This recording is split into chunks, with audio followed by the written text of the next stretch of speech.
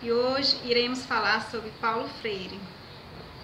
Nesta videoaula iremos discorrer sobre alguns aspectos, como a biografia e obra do autor, as principais concepções, contexto histórico do pensamento e as perspectivas filosóficas que influenciaram o autor. Teremos a participação de alguns alunos do curso de Letras da Universidade Federal do Maranhão, como Luana Almeida, Adiel Tavares, Elisama Queiroz, Natália Frazão, Ana Caroline dos Santos, Rosângela Costa e Raniele Gomes. Então, nessa primeira parte da nossa videoaula, eu estarei falando um pouco da vida do autor Paulo Freire. Paulo Régulos Neves Freire nasceu no Recife, Pernambuco. Era filho de mãe bordadeira e pai militar. Ele concluiu o ginásio no Colégio 13 de Julho, no centro de Recife. Aos 13 anos ele perde o pai e, como a mãe dele não tinha condições, ela pediu ajuda ao diretor do colégio, Oswaldo Cruz, que ele concedeu matrícula gratuita, o transformou em auxiliar de disciplina e mais tarde em professor de língua portuguesa. Aos 22 anos, Paulo Freire ele ingressa na Faculdade de Direito de Recife. No ano seguinte, ele casa com a professora primária Elza Maria Costa Oliveira, com quem teve 5 filhos. E mesmo depois de formado, ele continua como professor de língua portuguesa no Colégio Oswaldo Cruz e de filosofia da educação na Escola de Belas Artes da Universidade Federal de Pernambuco. Aos 34 anos, ele fundou, junto com outros educadores, o Instituto Capibaribe, uma escola inovadora que atraiu vários intelectuais da época e que está em atividade até hoje. Só que, assim, Paulo Freire, ele foi criador de um método inovador para a alfabetização a partir de palavras geradas do cotidiano. E ele adotou este método em 1962, no sertão do Rio Grande do Norte, onde foram alfabetizados 300 trabalhadores da agricultura em 45 dias. E esse método ficou conhecido como as 40 horas de Angicos. No golpe militar de 1964, ele foi acusado de agitador. E então foi levado à prisão, passando 70 dias. E depois ele se exilou no Chile. E fora do Brasil, inclusive no Instituto Chileno, ele desenvolveu vários trabalhos para a alfabetização de adultos e reforma agrária. E lecionou na Universidade de Harvard, entre outras coisas. Quando ele retorna para o Brasil, ele se estabelece na cidade de São Paulo e aí começa a lecionar na Unicamp, na PUC. E também foi secretário de Educação na gestão de Luiz Erundina. Então, Paulo Freire, ele foi uma pessoa bastante influente na educação brasileira, não só no Brasil, como fora do Brasil também. Ele recebeu vários títulos de doutor honoris causa de várias universidades, como Harvard, Cambridge e Oxford. Só que em 2 de maio de 1997, aos 76 anos, Paulo Freire morre. Mas ele deixou várias obras importantíssimas, principalmente a Pedagogia do Oprimido, que vai ser falada mais adiante com os colegas.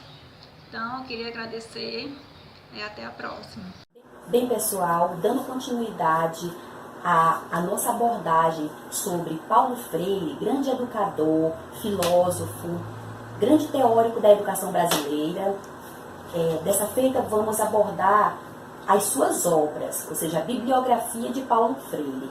É impossível, nesse momento, fazermos menção de todos os seus livros, tanto de autoria própria, como em parceria com outros autores, depoimentos, entrevistas. Ele tem uma gama muito grande de produções. Então, não cabe a nós, nesse momento, contarmos de forma detalhada toda essa bibliografia. Nós vamos nos ater a 3 principais títulos, que é a Pedagogia do Oprimido, de 1970, Alfabetização, Leitura de Mundo, Leitura da Palavra, que foi feita em parceria com Donaldo Pereira Macedo, e Pedagogia da Autonomia, que foi a sua última obra publicada em vida, de 1996.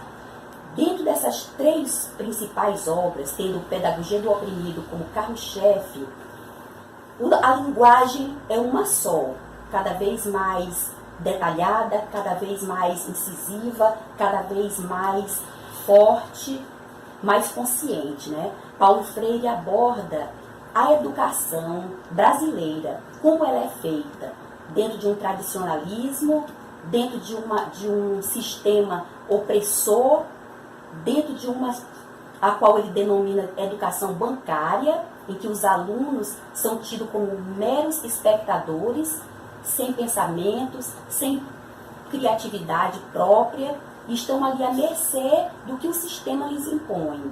Então, a pedagogia de Paulo Freire, ela vem completamente contra tudo isso, toda essa ideologia que foi construída no Brasil ao longo dos anos. Ele chega com a pedagogia crítica, especialmente no livro ao qual nós já falamos, que se torna o carro-chefe, Pedagogia do Oprimido. Ele distribui esse livro em 4 capítulos principais, onde aponta a justificativa dessa pedagogia, né? Fala mais propriamente também sobre a concepção da educação bancária como instrumento de opressão, fala sobre a dialogicidade como essência da educação, como prática de liberdade, e fala também da teoria da ação antidialógica. Então, Paulo Freire, ele aborda de forma veemente, ele é contrário à ideologia que é trabalhada e transmitida através da escola como um grande aparelho de ideologia do Estado.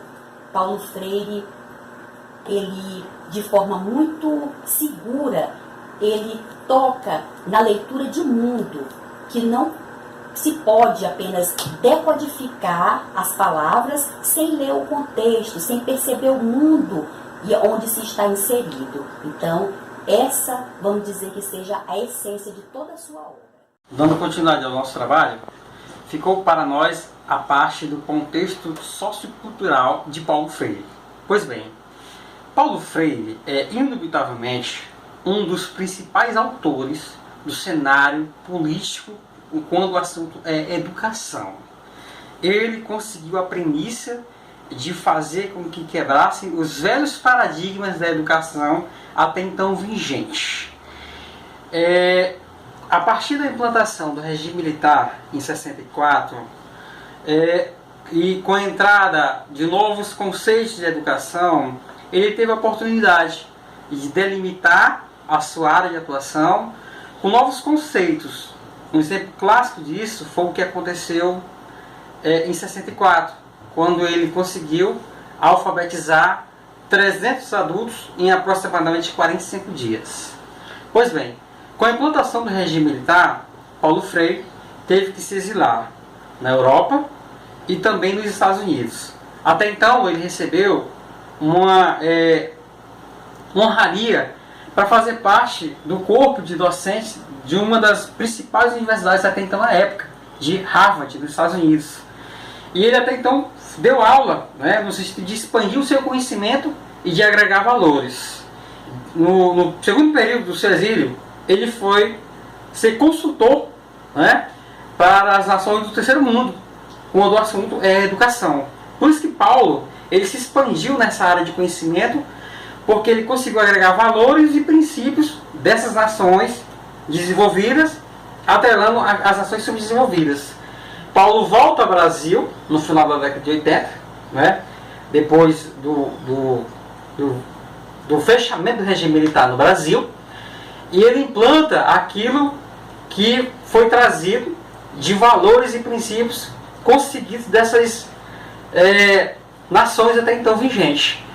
E hoje Paulo é uma referência, né, indubitavelmente falando, no sentido de educação, por tudo que ele fez e agregou, acumulando honrarias em diversas universidades importantes. Ok, então. Bom, pessoal, dando continuidade ao contexto político-cultural das ideias de Paulo Freire, ele é considerado um revolucionário, um inovador de ideias que, no ano de 1964, justamente por essas ideias que permeavam e abraçaram muitas outras classes naquela época, ele foi perseguido pelo regime militar, podendo também, dessa forma, entender que as ideologias de Paulo Freire em relação à educação dos adultos, né, em países de terceiro mundo, estava revolucionando o sistema da educação no Brasil. Ele, Paulo Freire, foi considerado subversivo, ou seja, um educador que era contrário às ordens sociais, às ordens econômicas do sistema capitalista daquela época. Já no exílio, Paulo Freire foi entendendo aos poucos o significado do golpe militar, porque quando ele abandonou a pátria, ele partiu dali para o Chile, né, ficando ali ou permanecendo ali até 1969. Porque daí, mesmo exilado, ele não deixou em nenhum momento de estar criando outras práticas educacionais relacionadas à educação adulto no sistema educacional qual ele era o próprio criador, o pioneiro dessa época. Foi exilado por mais de 5 anos que Paulo Freire ele cria as suas obras mais conhecidas, né? Uma das obras dele que dá bastante ênfase é a Pedagogia do Oprimido, onde ela vai ressaltar ou evidenciar os mecanismos opressivos da educação capitalista, justamente iniciada pela discussão da instituição histórica nessa época, né? Quando ele se encontrava exilado, ele criou a Educação como Prática da Liberdade, Pedagogia do Oprimido e Ação Cultural para a Liberdade e Extensão ou Comunicação. Partindo daí, no ano de 1979, após 15 anos de exilado, ele foi para o Unicamp. E lá ele ministrava palestras, ele participava de cursos, ele participava de seminários ali dentro da Unicamp também. Por conta das ideologias de Paulo Freire, ele recebeu diversas condecorações, diversas homenagens e vários títulos, né, tanto a nível nacional como internacional, como por exemplo o Prêmio Rei Balduino, né, para o Desenvolvimento Internacional na Bélgica, né, o Prêmio Unesco em 1986, né, em que várias universidades condecoraram ele, né, como o Prêmio Doutor Honoris Causa. Paulo Freire tem sido estudado amplamente enquanto inovador revolucionário da educação de jovens e de adultos, isso desde a década de 60. E é isso. Olá! Como sabemos, Paulo Freire é nossa maior referência como educador e como modelo de construção do conhecimento.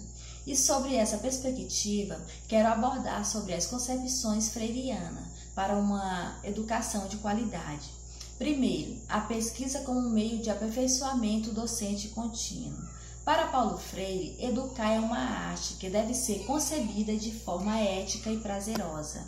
Segundo, o respeito aos saberes dos alunos. Paulo Freire defende uma educação libertadora, transformadora. É como ele diz no seu livro Pedagogia da Autonomia, abre aspas, a educação sozinha não transforma a sociedade, sem ela tampouco a sociedade muda, fecha aspas. Sabemos que a educação é a principal ferramenta para mudar o mundo em que vivemos, e essa mudança começa no meio que estamos inseridos. Por isso, é importante a formação de alunos autônomos, pensantes, transformadores da sua realidade. Terceiro, o comprometimento com a educação de qualidade igualitária, porque sabemos que desde o início da nossa colonização, a educação era apenas para brancos e ricos, sendo proibidas para negros, pobres e mulheres. Para Paulo Freire, a educação deve ser igualitária, oportunizando para todos o mesmo nível de ensino, independentemente de qual classe social o indivíduo venha pertencer.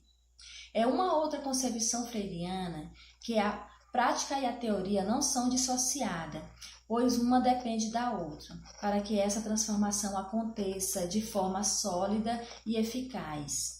Uma outra concepção é que o educador e o educando estabeleçam uma relação de cumplicidade, harmonia, sincronia, para que haja um melhor aprendizado entre aluno-professor, professor-aluno. Essas são algumas das concepções de Paulo Freire, que é considerado o maior educador do Brasil, que é o pai da educação no Brasil. Perspectivas filosóficas que influenciou o autor Paulo Freire.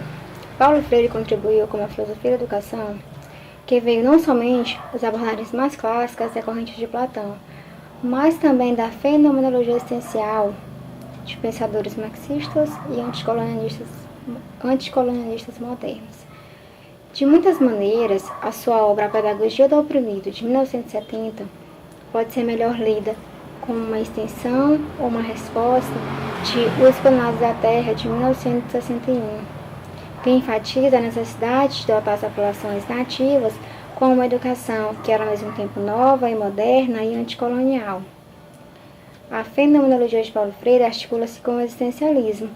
Para Freire, a educação é a prática da liberdade e a pedagogia é o processo de conscientização. Freire acredita que a educação seja um ato político que não pode ser divorciado da pedagogia. Ele definiu isso como o princípio principal da pedagogia crítica. Meu nome é Natália, eu sou estudante de Letras da Universidade Federal do Maranhão e eu vou falar um pouco sobre Paulo Freire. Paulo Freire foi um dos nossos grandes escritores brasileiros, conhecido mundialmente, né? E Freire defendia uma ideia de uma sociedade mais justa, uma sociedade igualitária e democrática. E isso só poderia acontecer através da educação. Mas não essa educação onde o aluno só ouve e o professor só fala. Ele queria uma educação que fosse além disso e buscava uma educação de troca de conhecimento entre professor e aluno. Buscava métodos para que essa troca acontecesse, de fato, né? A pedagogia crítica de Freire pauta-se na capacitação dos estudantes e professores desenvolverem uma compreensão crítica. Essa pedagogia, ao desenvolver conscientização do sujeito, auxilia na capacitação de professores e alunos a se tornarem pessoas cada vez mais conscientes de seu contexto e de sua condição enquanto ser humano.